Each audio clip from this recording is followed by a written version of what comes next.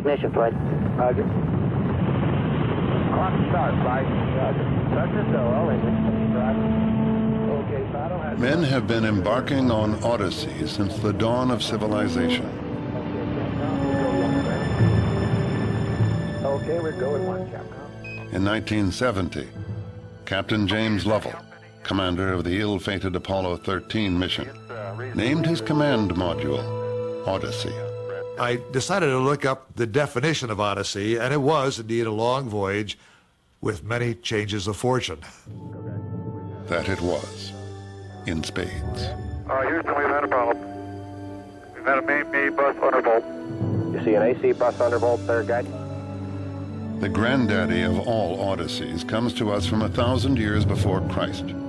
Translated to film in this old Kirk Douglas movie, it is the story of a mythical Greek warrior named Odysseus and his search for home.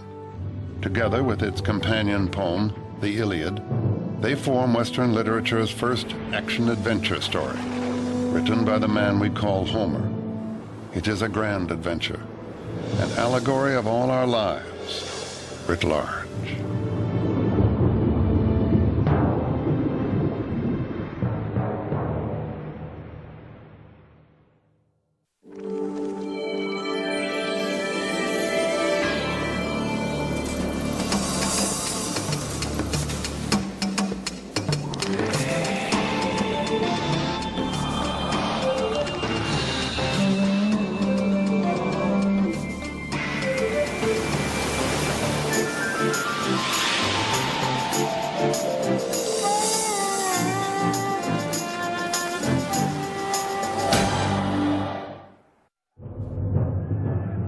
We first meet Odysseus in the Iliad, during one of the most famous wars in history, the Trojan War. We think the actual war happened, if it happened at all, around 1200 BC. It is in the Iliad that we read of Helen of Troy, the face that launched 1,000 ships, and in the Odyssey, the Trojan horse, which taught us to beware of Greeks bearing gifts, or gifts bearing Greeks. The warriors of the Iliad have left a legacy from the sublime to the ridiculous. Achilles can be found in medical books. Ajax is on every supermarket shelf. Names and images that have survived 3,000 years. These are the first stories we have in the West. And that means that if they're to last, and they have lasted for so long, they must be about virtually everything. Every time you pick up one of those stories, you're on the edge of talking about something archetypal, something that's always with us, something that's wonderfully generalized. The Iliad focuses on the archetype of one sort of hero, Achilles. Powerful, straightforward, and terrifying, the professional soldier. It tells of Achilles' great hubris, or pride, his destructive rage when that pride is injured, and finally his death at the hands of Paris. The most complex hero of the Iliad goes on to star in the Odyssey. Odysseus, whom the Romans called Ulysses, was a different kind of hero. Odysseus was a draftee, brave, bold, a liar, and very, very human. You may remember that James Joyce wrote his great work, Ulysses, based on Homer, and when he was asked why he did it, he said it was because Ulysses was the only complete man in literature. He said that the other great figures in literature are not complete. Hamlet was not a complete man, nor any of the other figures who play a leading role in literature. But in Ulysses, we see the person who was canny, courageous, devious, full of love and hate, and ready to face all challenges. The descendants of Odysseus are legion. We meet them today in action-adventure heroes like Indiana Jones. Odysseus has fought long and hard at Troy on behalf of his ally, King Agamemnon. When that brutal war is over, Odysseus is eager to return to his beloved wife, Penelope, and to reassert himself as the head of the kingdom of Ithaca. The Odyssey is about that return trip. it is also an extended lesson in decorum. The main moral code governing human action in the Odyssey, it is this code of the protection of the stranger, of hospitality, of looking after people who turn up in your country. And it's a system, too. It's a system in which you don't do it just out of pure good-heartedness. Someday you may be in his country, and you expect that he will return all the gifts you've given him.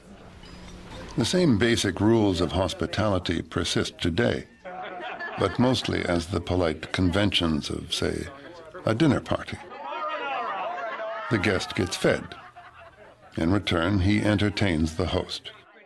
But back when civilization was just beginning to take hold, an offer of a meal could mean the difference between survival and death. If you are going to travel around on an Odyssey, there are no motels you can stop at, and there is the bargain of the give and take of hospitality. So there is the practical aspect of it. And then there is the moral aspect of it, which appears not only in Greek literature, but in practically every religious literature in the world, of the idea that you must be hospitable to people, you must take people in, you must share what you have. And it's made very explicit in the Odyssey. The return trip can be looked at as a series of tests, each one of which Odysseus has to pass to reach home. Odysseus' adventures, if we see them as tests, are much larger versions of the kinds of crises and problems and issues and adventures to which each of us is subject over the course of life.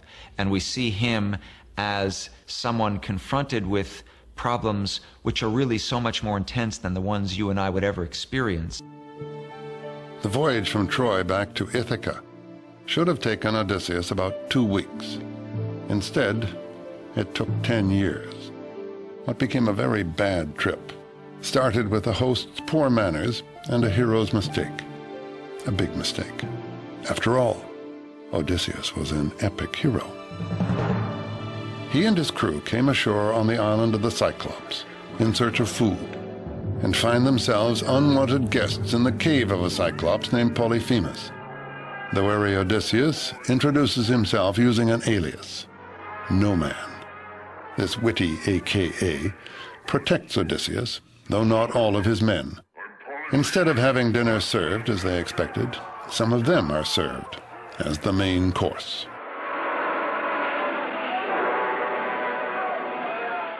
The Odyssey not only contains the basic rule, which is watch out whom you turn from your door, but it is full of marvelous examples of good and bad hosts and good and bad guests.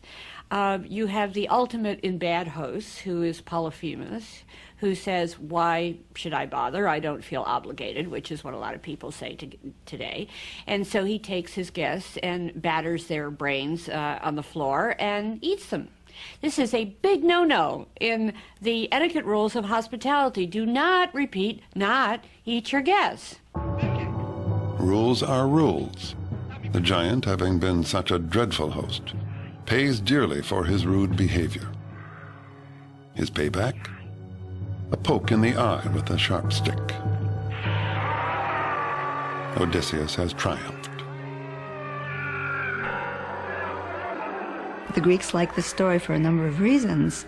First of all, it pitted a wily, clever Greek against a monster who was bigger and stronger, and yet the Greek wins out over him because he's so intelligent. When initially Polyphemus, having been blinded and running out of his cave in rage and in anger, and in trying to get the guy who did him in, who has told him up to this point, my name is No Man, and it's a play, but Polyphemus doesn't get it. He's too dumb. But Odysseus wouldn't be Odysseus if he chose to be remembered as No Man. And in fact, we wouldn't be sitting here talking about him if that's all he had said. It's when he believes he's out of Polyphemus' reach that he yells back, the one who has blinded you, I am Odysseus, sacker of cities. Son of Laertes and king of Ithaca! The giant's father, Poseidon, is all-powerful in the realm of the sea. Polyphemus can't retaliate, but Dad can and does. Poseidon consigns Odysseus to wander the sea and will send him through many a dangerous test. And so all of Odysseus' travails at Poseidon's hands, presumably, are a consequence of that need to say who I am. And I remind you in Greek, is ego, his ego, himself. And that is Odysseus. He is self, he is ego, he's the individual. This individual is going to have a long journey home. A Greek historian of the 2nd century BC mapped what he thought was the Odyssey's itinerary. It was a route that took Odysseus to 12 different destinations, including Egypt, Africa, and Sicily, and across thousands of nautical miles. Along the way, he would lose each of his ships and all of his men. Some ego trip. Myth is not mere fiction. Its origins lie in the efforts of early peoples to explain the world about them. Myth can be thought of as a form of history, or even an early stab at science. To the ancient Greeks, the supernatural deities who lived on Mount Olympus represented two things: the forces of nature, like water, wind, and air, and the nature of man, his desire, ambition, anger, and jealousy. And the gods not only reflected the world, they also shaped its destiny.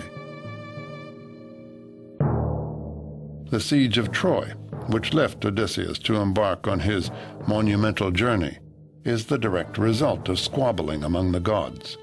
Not only do the gods set things in motion, but throughout the story they are never far from the action. In this all-star struggle, Athena, the goddess of wisdom and champion of Odysseus, could represent reason and civilization, while Poseidon represents raw emotion and the forces of nature.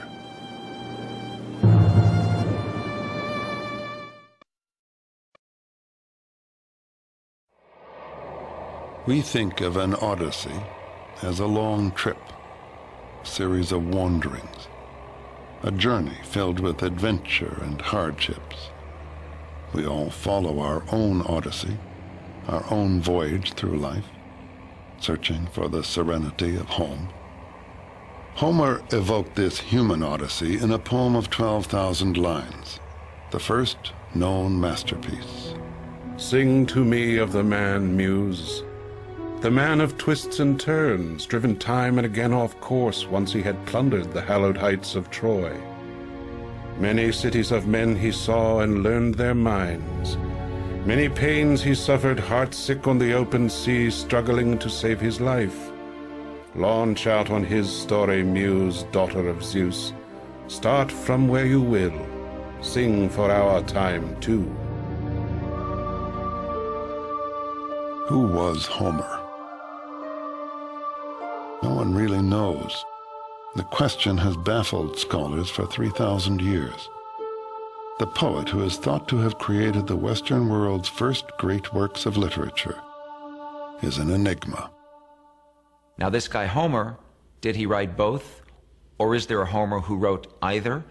Or is it someone else who happens to be named Homer who wrote these books and not the guy we think?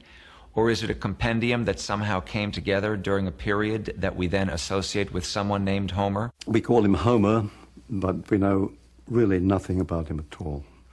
There are all kinds of legends that he was a wandering schoolmaster who went around reciting his poems. He may even have been a woman. That's what Samuel Butler suggested. But we don't know who he was, or some people even deny, some scholars even wonder whether there was a Homer. So I don't know who Homer is. All I know is that I'm entertained magnificently by what he, she, they, or it offer, and that both the light and the heavy aspects of what they offer are an endless source of amusement and amazement to me. Whoever he was, he evoked an heroic age in his works, a time of warrior kings and courageous seafarers, of a civilization rich in gold. Homer's epic poems have given generation after generation of Greek people enduring legends about their past. Of course, it was all myth, or so we thought.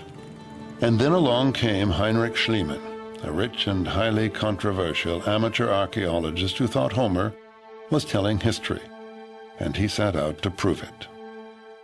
Schliemann was, as you probably know, a self-educated merchant from Germany who, when he made it in the business world, he fulfilled his boyhood wish to become an archaeologist. And he did it with such excitement and such deep devotion to it that he memorized the Iliad and the Odyssey in the Greek original. He knew them by heart. Schliemann went to Turkey to prove his theory and found what he believed to be the site of Troy. To this day, the find is disputed, but Schliemann was convinced. Next, he traveled to the Greek mainland, to the site of the ancient civilization at Mycenae, purportedly home of the legendary king Agamemnon. Schliemann began excavating just inside the city walls, looking for royal burial tombs. Months later, he struck gold, unearthing 30 pounds of delicate artifacts. Among them, a mask he claimed was the mask of Agamemnon. He had wonderful success at Mycenae. In fact, at Mycenae, I believe, was his biggest success, because he found the only intact royal burials that we know. Almost overnight, he made every academic person who did not believe the stories of Homer rethink the question of historicity in Homer. Schliemann had discovered evidence of a highly developed, warfaring Greek civilization that flourished between 1550 and 1100 BC, the Late Bronze Age. At the height of their influence, the Mycenaeans were established in what is now Sicily, Turkey, Egypt, and northern Greece. It was a rich and powerful civilization, but it ended abruptly. We aren't sure why. We only know that by the end of the 12th century BC, the Mycenaean world had disintegrated. Even its primitive alphabet, what we call Linear B, was lost. The experts suggest invasion, famine, or disease, perhaps a revolt. Some think economic decline inspired Mycenaean marauders to raid other lands and cities, and that the Trojan War might actually have been just 10 years of plunder. In any case, the storied fall of Troy coincided with the splintering and death of the Mycenaean Empire. There followed 4 largely unrecorded centuries, 400 years of darkness. What legends survived did so through a system of oral storytelling. Bards who memorized the tales added their own spin and sang them to audiences all over Greece. The rhythms and structure of music no doubt served as aids to the memorization of thousands of lines of poetry. The word is what ties us to the past, and of course long before there was writing, mothers were talking to their children, and that was the beginning of the oral tradition. And the oral tradition, which was perpetuated by the bards, was something that preserved the essence of the story and allowed embellishment to meet the expectations of every particular audience. We think Homer lived in the 8th century BC, 300 to 400 years after the collapse of Mycenae, when Greece was emerging from its long night. He was the greatest of a long line of bards, the one who took countless variations on the ancient legends and coalesced them into one great masterwork. It may be hard to imagine now, but Homer must once have wowed his audiences with poetry set to music that probably sounded something like this. O that Odisseia megalitora, en donet et men, tis klecathemenos en faba. For the next great Greek civilization, the Greece of Socrates and Plato, history began with Homer's poem about a war at Troy. The poems taught this disparate and often warring group of peoples and city-states the exploits of their heroes and the wisdom of their culture. Greek authors quoted them much as moderns quote the Bible and Shakespeare.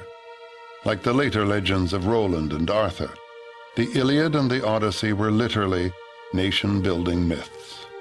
Homer might, with more than poetic justice, be called the father of his country. No alphabet had survived those dark centuries between Mycenae and Homer's Greece. It was in his lifetime, we think, that Greeks began to adapt the alphabet of Phoenician traders. Some believe Homer himself may have written his poems down on papyrus. All we can say for sure is that someone did, but papyrus decomposes, and the poems had to be repeatedly copied, often from decaying originals. The stories began to vary widely. Finally, in the 3rd century BC, 500 years after Homer's death, a definitive copy was made by Greek scholars in the great library at Alexandria. This version would continue to be recopied in Roman times and down through the Middle Ages.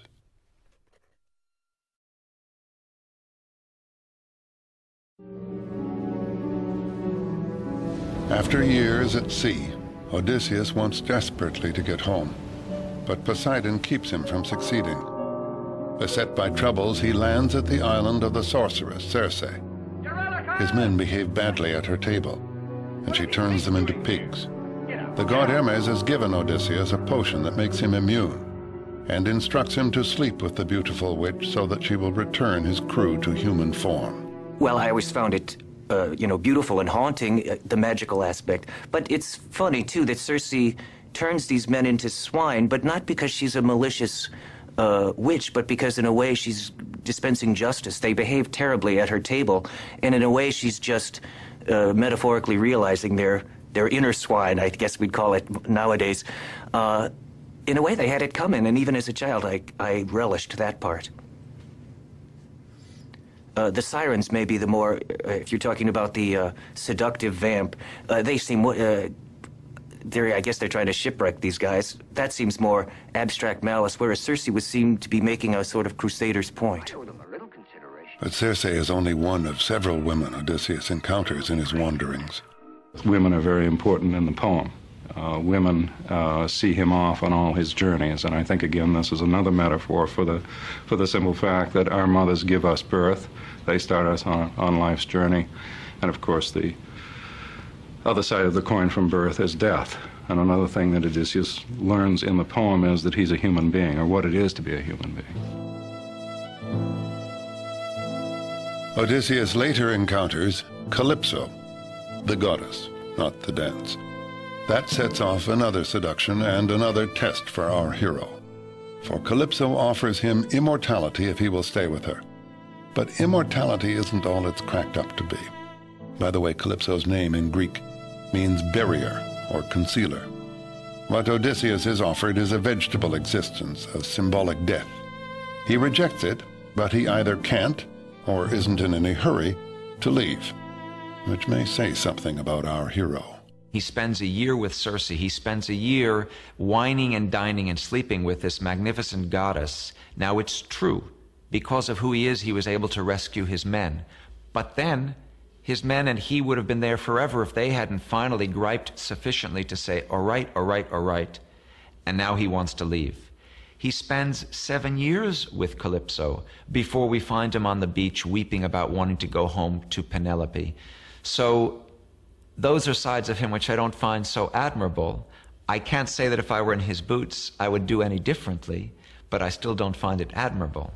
And so the message that Odysseus is getting is that he should live. He should not ask for immortality through fame or even immortality as the consort of a goddess lonely on an island, such as Calypso offers, but go home and live life and find the good things in life and survive as a mortal person. And this is the choice he makes all the way through. I think when you recover from a bad romance, you also think of Circe, Calypso, you know, the vamp or the side trip on life's journey. And Penelope's in the background of the Odyssey at all times. She's at the end of the line. But there's a lot of forays and side trips in the Odyssey that makes it surprisingly modern. The Odyssey has been recreated as entertainment countless times.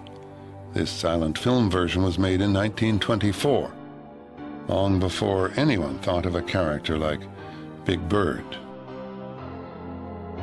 During the Middle Ages, the works of Homer survived primarily in the monasteries, but the Renaissance resurrected him, and the first printed editions of Homer appeared in Florence in 1488. Soon they were available all over Europe. He was a hit again. His poetry has been translated from the Greek into every tongue imaginable, and he has inspired more than just the translators. Homer's the beginning of the epic tradition. Without Homer, I guess there would have been a Virgil, but he wouldn't have been as good. There would have been a Dante, but he wouldn't have been as good. There would have been a Milton, but he wouldn't have been as good. And so on, through Keats, through Tennyson, through James Joyce. That's where Homer goes. And that's why a whole literary tradition comes out of him, depends on him, and by the same token is constantly bringing him back into life. More recently, Mark O'Donnell has brought him back to life, if only to get over him. Actually, Homer is the protagonist's homosexual lover in O'Donnell's latest novel. But the earlier Homer has an important place in this writer's intellectual universe, the Odyssey in particular.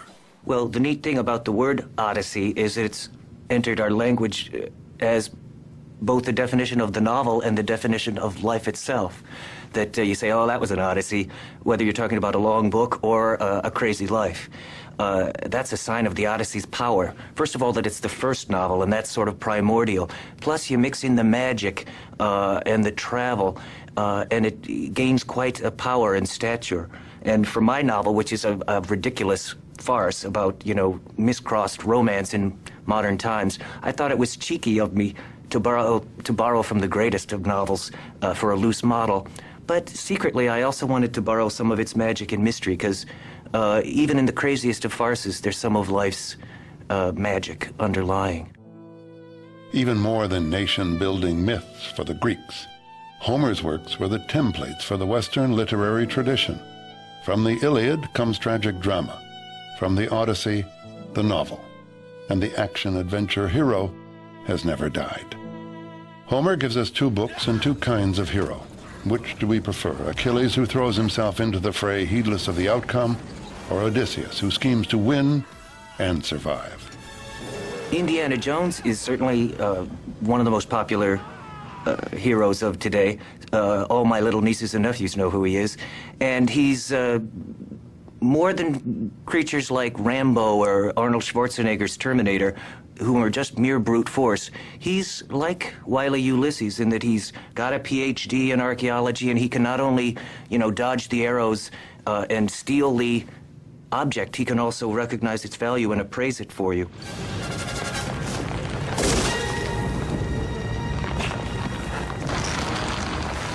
Like Indiana Jones, the heroics of Odysseus are more complicated. He has one other added quality, which is a very fertile intelligence and a willingness to lie in order to get what he wants, which is certainly not part of Achilles, who hates, like the gates of hell, the man who thinks one thing and says another, which is exactly a wonderful description of Odysseus. He's doing this all the time. It is no accident that Odysseus is the great master negotiator and diplomat, because he's really good at not saying what he thinks, but saying what will be useful under the circumstances, for which he got a very bad reputation. Homer had anticipated Machiavelli. Complete honesty may not always be the best policy. People always say, why can't they say what they really mean? Because if you say what you really mean when you have a volatile situation like that, you mean, I'd like to bomb you back to the Stone Age. That's what you really mean.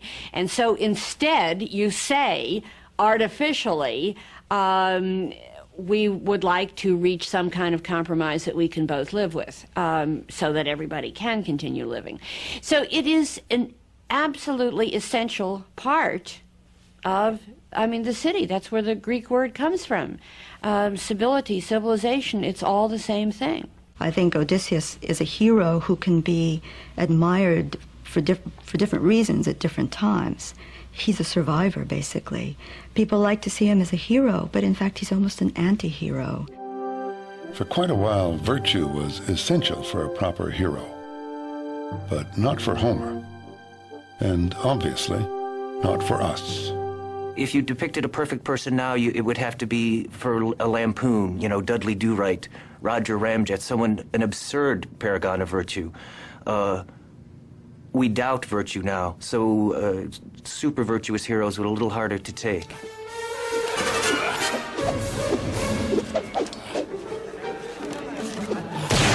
Still, we want our heroes to have a moral compass. We want them to try to do right. To do the classy thing. And they occasionally say, what would, Frank Sinatra or St. Augustine do in this case? What would Abe Lincoln do? They talk about a collapse of morals. My idea of a hero is not necessarily vanquishing in battle, but treating everyone with respect and surviving, if nothing else. That's the bottom line. We often regard mere survivors as heroes, and as despairing as that sounds, it certainly is true enough. Homer makes clear his preference between the two sets of heroic virtues. In the end, even Achilles votes for survival. Circe tells Odysseus that he must visit the underworld before he can continue his journey. There he meets Achilles again, a dead Achilles. Achilles is the same tough character he is in the Iliad, no nonsense. He doesn't put up with any guff from anyone. And Odysseus tries to mollify him by saying, look, Achilles, you were honored in life, and here in the underworld, everybody honors you. Achilles looks at him and he says, look, don't praise death to me. I'd rather be the meanest slave on earth than king of the dead. The tales have a purpose. They are not repetitive. They show Odysseus facing a number of different challenges, and as he goes through these tales, in each one of them he is invited to forget the return home, to forget home, to stop living in a way, to die, to cop out. But he has learned something on these journeys, and I think what he's learned is life with all its suffering is better than anything else. Stay alive.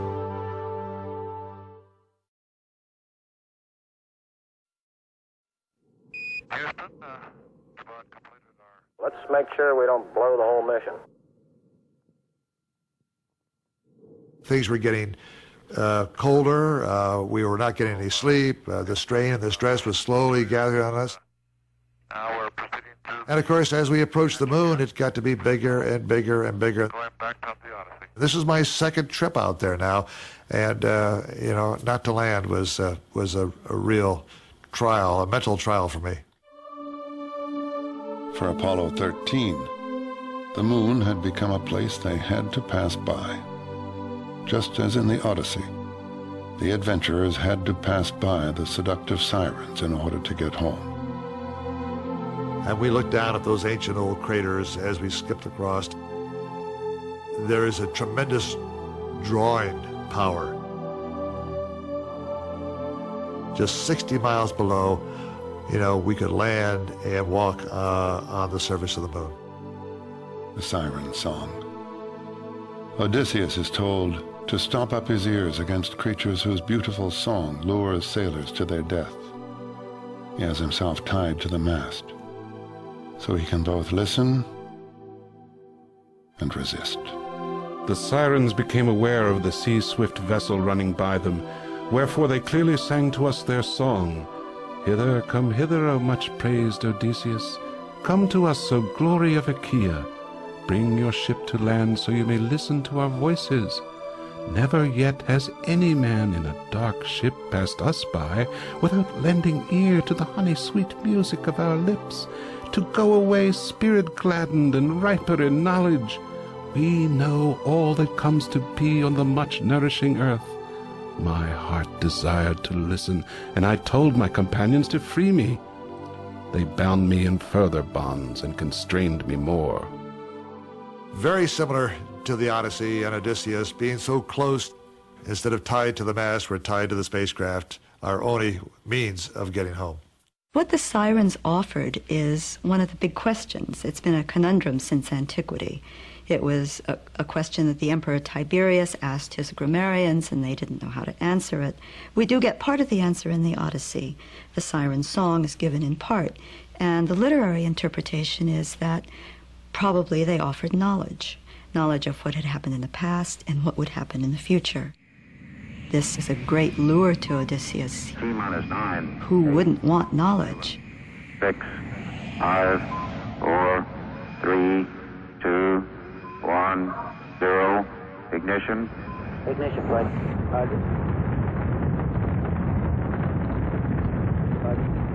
Liftoff. Apollo 13's change of fortune meant its crew never reached their destination. Looks good here, flight. Good agreement. Okay, boost out. But like Odysseus, they learned something about themselves.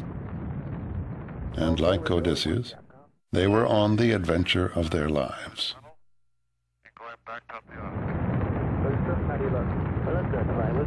Okay, Fathom. We're go, flight. Looks good here. I think we are all somewhat explorers. I mean, we all have that fascination about doing things, whether it's in our fantasy or whether we actually do things. Guidance. Go, guidance. We've had a hardware restart. I don't know what it was. Okay.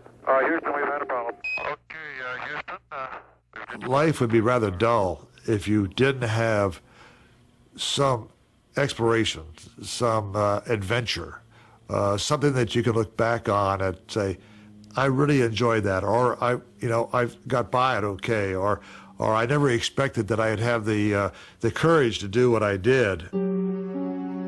Odysseus has been years on his journey now, sailing from one ordeal to another, and more to come. Having gotten past the sirens, Odysseus knows his route will take the ship past the deadly whirlpool Charybdis and the many-headed monster Scylla, who lives in a cave above the sea.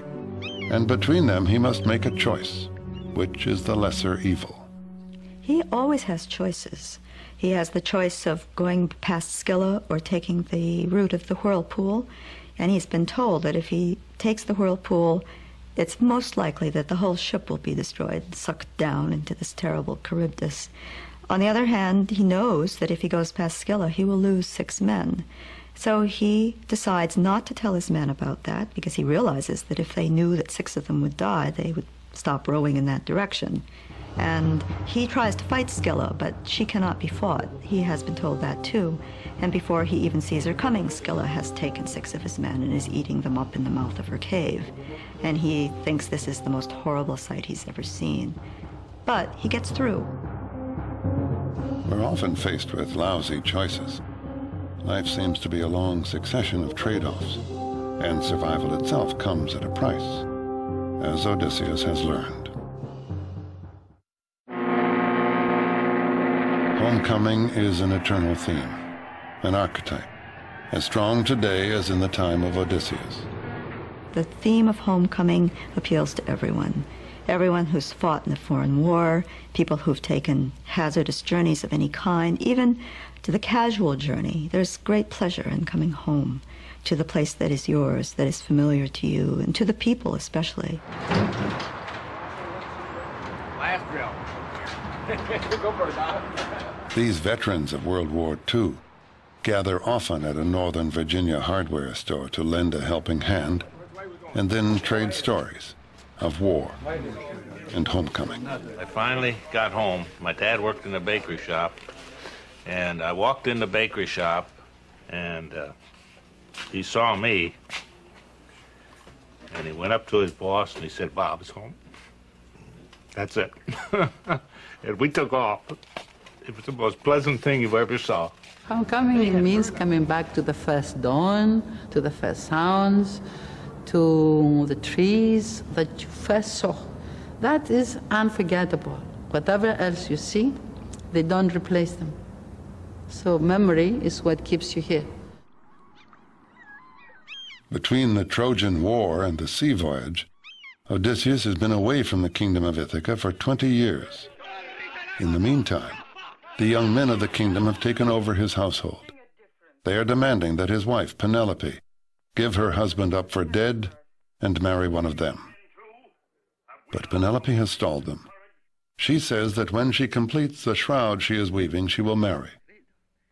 But she weaves by day and secretly unweaves by night. If she was giving in to the suitors, then there would not be any kingdom for her and for her son. So she found a way of postponing the marriage so she can gain time. When are these people going to go home? They have been here forever. They are eating us out of house and home.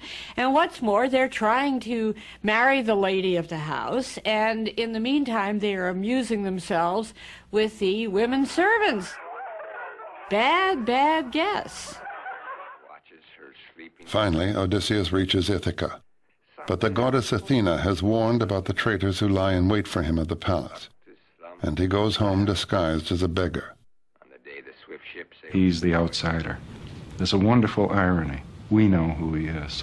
We see the suitors doing things that they ought not to be doing to any beggar, but especially not to this beggar, because this beggar is the king, and he will, we know, reestablish himself. Alms for a child of misfortune. So there's a kind of tension that builds, and we wonder how Odysseus is going to achieve this, because he's all alone, one man against 100+ suitors. How's he going to do this? The queen! The besieged Penelope finally proposes a contest to the suitors. She will marry the man who can string the bow that belonged to her husband and shoot an arrow through a dozen axes. Homer has built the picture of them as ugly to make us feel not only comfortable, but I think very satisfied with that magnificent moment when one after the other of these little twerps has tried and not been able to string the bow, and that wonderful moment when Odysseus, it's the fantasy we all have. It's being pulled out of the audience to step onto the basketball court and being the superstar that no one knew was the superstar. Odysseus the beggar suddenly stands up straight and strong, with ease strings the bow, bam, bam, bam. And man, is that satisfying to our baser and my baser and uglier instincts.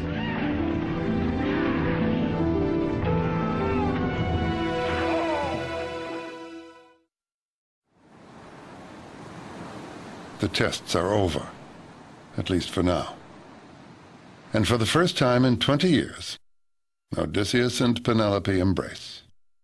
Really home at last. That's not icing on the cake. That's the very cake itself. That's the very substance of the poem. That coming back to home, coming back to earth, embracing it, and finding that's where one has begun and where one wants to go ultimately. So joy is now to her the sight of her husband vivid in her gaze, that her white arms embracing his neck would never for a moment let him go. Dawn with her rose-red fingers might have shone upon their tears, if with her glinting eyes Athena had not thought of one more thing. She held back the night, and night lingered long at the western edge of the earth, while in the east she reigned in the dawn. While in the east she reigned in the dawn. But now, if the Odyssey is life, can the still living Odysseus be finished with his struggle? Not quite. After setting his own house in order, he must negotiate a truce between his supporters and the relatives of the suitors he has just slain. And then there's the prophecy. While visiting Hades, he met the ancient seer Tiresias, who prophesied his successful return and said he would then have to leave again. Thereupon, take a well-fitted oar and go on till you arrive at the place of men who do not know the sea, and eat a food that has not been mixed with salt, and where they do not know about ships with purple cheeks, or about well-fitted oars that are the wings of ships. And I will tell you a very plain token. Do not forget it. When you meet a man who mistakes your oar for a winnowing fan, then set your well-fitted oar fast in the earth, and make fine sacrifices to the Lord Poseidon. Then go back home, and sacrifice sacred hecatombs to the immortal gods who possess broad heaven. Far from the sea will death come ever so gently to your person, and slay you when you are worn out with sleek old age, and the people about you will be happy. Throughout the Odyssey, there has been the old philosophical conflict between fate and free will. The gods are stage managers of everything that happens, and yet Odysseus also owes his survival to his own cleverness and pluck. They created the role, but he acted it. The performance was all his. It's a little bit like when we finally arrive, we humans, we die. But what we all want, and what Odysseus above all has, is to be able to say, not only when he gets home, but when he's on his deathbed, man, I lived a life. And that's part of what makes him both such a rich source of entertainment and a kind of inspiration who on the grand scale is what each of us wants to be, even if we can only hope to do it on a smaller scale.